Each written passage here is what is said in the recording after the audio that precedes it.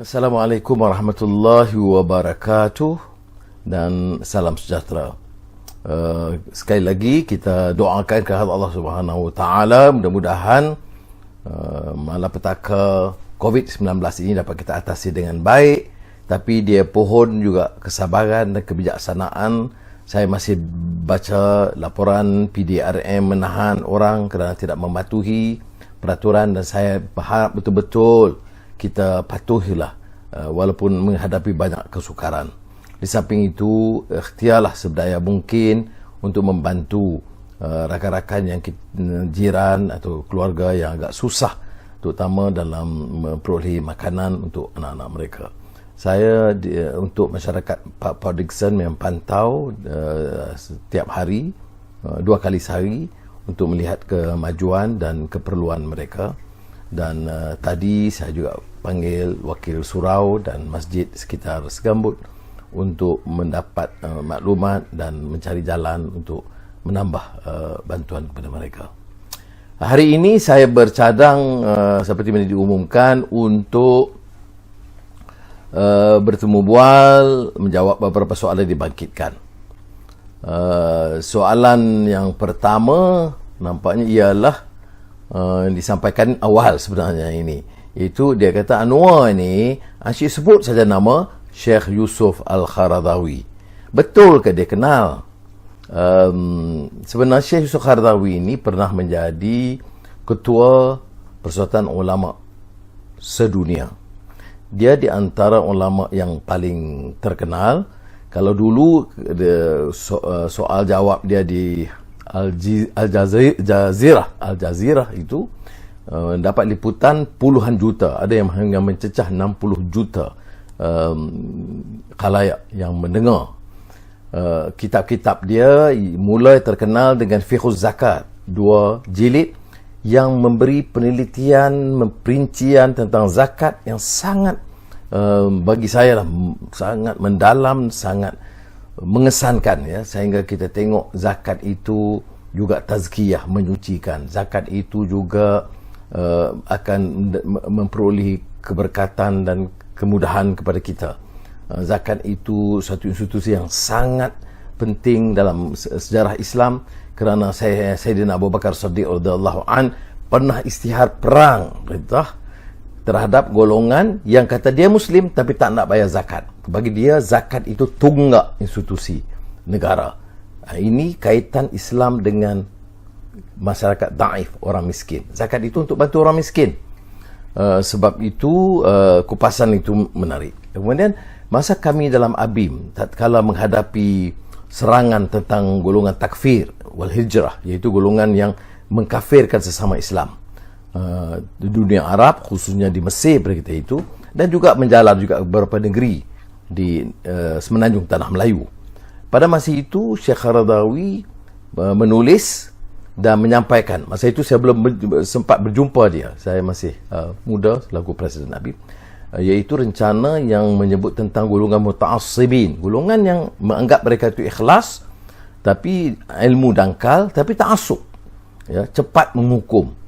Islam itu dakwah. Jadi dia mengingatkan kita supaya jangan hanya membaca Said Qutb, tapi baca juga Hasan Hudaibi yang mengambil alih pimpinan ikhwan daripada Said Qutb, iaitu namanya Hasan Hudaibi, dan karyanya Du'ah la Qudah. Kami ini pendakwah, bukan hukum. Ini dakwah 5 minit, hukum orang 10 minit. Kafirkan orang ini jahil, orang ini ejen Yahudi, orang ini liberal, orang ini senang je, ya. Tapi aku boleh tanya memperinci, bila dia kata apa rencana yang dia baca, bila kamu dengar, tak tahu. Dia ikut walak kerana itu yang disebut oleh ketuanya. Ini kemudian dia tulis tentang golongan muta'assibin ini dan menjadi sangat popular di kalangan generasi muda tahun 70-an. Dia banyak membantu kekeliruan yang ada pada masa itu, kerana masa itu golongan radikal dan ekstrim, yang golongan yang disebut takfir, mengkafirkan orang sesama Islam ini terlalu meluas. Jadi Syekh Qaradawi datang dengan karyanya memberikan contoh-contoh bagaimana kegiatan ini boleh merusakkan umat. Jadi sebab itu Saya kenal, kemudian selepas itu berjumpa beliau, dan mulai merasa kagum kerana karya-karyanya banyak sekali ya, tentang fiqh harakah, cara, uslub, jalan dakwah yang baik dan kegiatan, dan beraninya itu luar biasa. Saya nak ceritakan, dia tentu dilarang pergi ke Amerika, ya, diharamkan ke Amerika Syarikat sebab dia menyokong kuat dan keras perjuangan rakyat Palestin dan menyerang keganasan, kezaliman Zionis Israel. Di beberapa negara Eropah dia dilarang kerana ketegasan beliau dan menyerang Amerika dan sekutu yang menggunakan dunia Islam ini sebagai gelanggang untuk mereka timbulkan porak-peranda. Jadi tegasan dia itu tidak boleh dipertikai. Sekarang beliau dihukum gantung, hukum bunuh oleh kerajaan Mesir, General Sisi. Tapi itu kesabaran dan kebijaksanaannya. Saya nak bagi satu contoh. Sekali dia beri khutbah di Doha, di Masjid Doha, dan disampaikan juga pandangan begitu jijiknya kezaliman penindasan dilakukan oleh rejim Israel, sehingga kalau ada tokoh Islam yang menjabat tangan dengan pemimpin yang begitu zalim dan ganas terhadap perjuangan rakyat Palestin, patut samak dulu, bukan saja dengan air, dengan tanah, bersih sebelum kabus salam dengan dia. Saudara-saudari, kebetulan masa itu Emir Qatar, ayah kepada Emir yang ada sekarang, itu baru menemui Presiden Israel, dan Qatar adalah satu-satu negara yang memberi perlindungan kepada Sheikh Yusuf Al-Qaradawi. Dan sekarang tentunya Turki, Presiden Tayyip Erdogan juga mempelawa dia kalau dia menghadapi apa-apa masalah. Tetapi ini satu negara, tetapi dia sebagai seorang alim, dia tak tolak ansur. Dia tak pergi serongkol macam setengah-setengah orang kita hari ini, kafirkan orang besok, kita cium tangan orang lain dan bagi macam-macam fatwa berubah-ubah. Tapi Qaradawi ini istiqamah, konsisten dalam pandangan dia. Dan bila berlaku kenyataan itu, anaknya Muhammad itu bimbang sekali. Dan dia beritahu saya, ayah saudara panggil uncle ya, ini bagaimana kami ini tidak ada tempat perlindungan lagi. Jadi keadaan tegang 2 minggu. Setelah 2 minggu, Emir Qatar undang Syekh Yusuf Qaradawi ke istana. Jadi keluarganya fikir ini habislah. Maknanya dia akan diberi tahu supaya keluar daripada Qatar. Kami bagi perlindungan dan saudara kritik raja kami. Dari jauh Emir Qatar, bila Syekh Qaradawi jawab, berikan salam, Assalamualaikum warahmatullahi ya Amir. Amir Qatar jawab, Waalaikumsalam ya Syekh, ana dah bersihkan dan dah samak tangan ana. Jadi anda boleh cium. Boleh salam, maaf. Jadi sudah dilihat, pertama kesabaran dan kebijaksanaan Qaradawi. Yang keduanya, sikap hemah bijaksana seorang raja yang berkuasa yang memperagaku ya, bahawa hak dan keistimewaan peranan Syekh Yusuf Qaradawi. Sebagai bukti nanti sudah saya akan sampaikan, kepilkan dalam Facebook ini mungkin esok, kenyataan dan doa Syekh Yusuf Qaradawi pada malam peralihan kuasa pintu belakang baru-baru ini. Ada doa dia dan saya akan sisipkan doa itu kepada dalam Facebook ini supaya sudah tahu ini peranan dia ya. Sebelum itu satu surat panjang 6 halaman yang dia tulis kepada seluruh rakyat Malaysia. Itu juga kita boleh sisipkan. Kerana saya tidak mau nanti ada orang kata, oh Anwar ini guna nama padahal tidak ada hubungan. Tiap kali saya ke Doha, saya akan makan tengah hari dengan beliau. Dia kenal dengan Azizah dan anak-anak. Dan luar biasa seorang alim ini, pengorbanan dan sebagainya.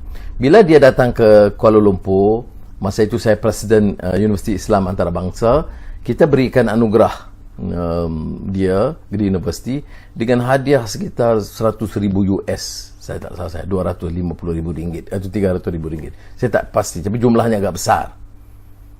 Dia bisik pada saya, Anwar, saya terima baik dan saya sedekahkan segera kepada universiti untuk bantu anak-anak mahasiswa yang miskin. Demikian Syekh Yusof Qaradawi. Dia meletakkan asas muasasah tu, yayasan wasatiyah, wawasan Islam yang harus difahami secara sederhana sejak puluhan tahun yang lalu. Jadi itu dia jawapan saya tentang soalan pertama. Yang kedua ditanya ialah, saudara, mengapa terlalu kuat menggesa atau mendesak supaya diadakan sidang parlimen? Saudara, negara ini tidak boleh diperintah oleh satu dua orang yang anggap mereka serba pandai dan serba tahu. Harus tawaduk. Kita, negara ini melanda suatu krisis penyakit COVID-19 yang juga memberikan getaran dan dampak ekonomi yang sangat dahsyat, ya. Dan kebetulan juga dengan jatuhnya harga minyak, ya. Unjuran kita tahun lalu berapa? $63 satu tong. Ini maknanya pendapatan negara, ya. Baik. Sekarang turun lebih sedikit dari 30. Kadang Menteri Keuangan sebut 30-35, tak sampai. Tapi tak apalah, ya. Maknanya hampir setengah daripada unjuran kita. Maknanya pendapatan negara akan turun dari segi yang hasil minyak dan gas. Kemudian dari pelancongan, dari industri, dari perusahaan kecil dan sederhana yang sekarang mendapat dampak yang sangat negatif di seluruh negara, yang akan menyebabkan puluhan ribu pekerja akan kehilangan kerja dan pendapatan. Semua ini memerlukan dukungan seluruh rakyat, ya. Dan oleh kerana unjuran belanjawan itu sudah meleset, dia kena kembali ke parlimen, ya. Saya ingat masa saya Menteri Keuangan mau ambil 2 bilion masa itu kerana kerugian perwajar, ya.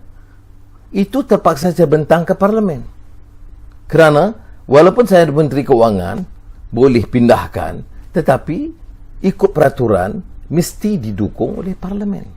Dan saya telah beri jaminan kepada Perdana Menteri, kita tidak akan gunakan sidang ini untuk menolak majoriti kerajaan, kalaupun dia bimbang soal majoriti ahli parlimen yang mendukung kerajaan Perikatan Nasional. Tidak. Kita akan hanya bahaskan dan minta penjelasan dalam beberapa isu dari Perdana Menteri dan Menteri Keuangan dan menteri-menteri lain yang sebahagiannya tidur atau asyik pamer pakaian aneh-aneh, ya. Itu soal lain, tapi dia kita jawab di parlimen, dia wajib jawab. Dan kerana ia melibatkan kewangan negara, ia mesti dibahaskan di parlimen dan mesti diluluskan oleh parlimen. Baik. Ada beberapa hal yang harus diperhatikan. Umpamanya, saya jelaskan beberapa hari yang lalu, angka 250 bilion. Banyak netizen kadang-kadang yang ialah penyokong-penyokong ni tahulah, ya. Dia dibayar untuk sokong, tak mau fikir, ya. Jadi dia kata 250 bilion. Apa hak Anwar sebut 25 bilion? Saya kata kita kena jelaskan. Bila dicerakinkan yang melibatkan peruntukan kerajaan itu 25. Tetapi malam yang sama Menteri Keuangan Tengku Zafrul menyebut 25, tetapi ada juga reallocation 2-3 bilion dari bajet yang sedia ada. Maknanya tinggal 22. Kami boleh tanya, dari mana ambil daripada 22 bilion itu? Oh, daripada ekosistem yang ada. Ya, dari mana? Dari syarikat-syarikat kerajaan, dari KWSP, dari Petronas, dari mana? Itu kita harus tahu kerana bukan sahaja hari ini, ya. Satu keputusan pinjam dan sebagainya yang akan punyai kesan puluhan tahun atau kurang-kurangnya 10 tahun. Maknanya generasi sekarang yang muda, umur 30-an, 40-an, 20-an, sekarang terpaksa jawab, apakah cukai akan bertambah dalam 10 tahun lagi? Kerana wang sudah habis. Semua ini boleh dirungkai secara teliti dalam di dalam sidang parlimen. Umpamanya, Beberapa hari yang lalu, setelah krisis ini, saya masih dengar Menteri Kewangan nampak bunyi yakin. Oh, kita pertumbuhan sekitar 3-4%. Itu tak menusabah. Sebelum krisis coronavirus ini pun, kita hanya catat 4,3% pertumbuhan. Jadi kita jangka mungkin turun kurang daripada 3%. Sekarang, hari ini, Bank Dunia menyebut unjuran bagi Malaysia itu kurang dari 0,5%, 0,1%. Maknanya tolak 0,1%. Maknanya kita sudah hadapi seolah-olah satu kemelesetan yang parah. Saudara, perlu dibincang di parlimen, bukan propaganda, bukan umpamanya bagian lunak. Soal beri bantuan kepada Kak Kiah, Kak Long, kita setuju. Malah saya minta disegerakan. Bukan setakat itu, kita minta ahli-ahli parlimen kita tambah dana. Ya. Saya tidak bertanggungjawab di segambut. Ini YB Hanayo. Tetapi saya panggil supaya dibantu daripada keupayaan keluarga yang sedikit. Kerana tanggungjawab saya di Port Dickson. Tapi kita pantau juga di kawasan-kawasan lain kerana orang hadapi kesukaran. Ya. Dan kita jangka tidak mudah. Jadi apa yang kita minta semalam? Segerakan bantuan. Jangan lambatkan. Libatkan NGO yang ada. Mana-mana persatuan lah. Tadi saya tanya di segambut. Dia kata, oh dia tak ada NGO. Saya kata, Jawatan Kuasa Surau ada. Jawatan Kuasa Masjid ada. Gunakanlah kebijaksanaan. Yang penting saluran kepada rakyat. Ini saya ingat untuk hari ini kita selesaikan 2 soalan. Saya fikir ada juga kebaikannya kalau saudara di khalayak memikirkan wajah, maka mungkin esok kita teruskan selepas 1-2 pengumuman penting dengan beberapa soalan yang nak dibangkitkan. Untuk hari ini saya fikir memadai dan saya ucapkan sekali lagi terima kasih dan mohon maaf banyak-banyak kerana saya terpaksa tekankan betapa perlunya kita patuh peraturan ini. Ya. Dan sudah tahu risiko pegawai dan staf dan doktor Kementerian Kesihatan, polis yang menyelenggarakan, tentera, bomba dan lain-lain. Itu kita tahu semuanya. Jadi tolonglah bantu diri kita dan keluarga kita, masyarakat dan negara kita menangani masalah ini dengan mengurangkan pergerakan. Ada yang terpaksa umpamanya pergi ke kedai. Ya, saya pun pergi ke kedai. Tapi setelah 3-4 hari, bolehlah ambil beli untuk 3-4 hari. Janganlah 2 kali sehari. Sahabat saya jawab, boring, duduk rumah lama-lama. Tak, dia bukan soal boring, tak boring. Baca buku. Tadi saya beri ulasan buku sejarah rakyat Malaysia yang ditulis oleh Syed Hussein Ali. Ada dalam Facebook saya buat sedikit ulasan setelah membaca ulasan lain oleh Profesor Jomo dan Felici.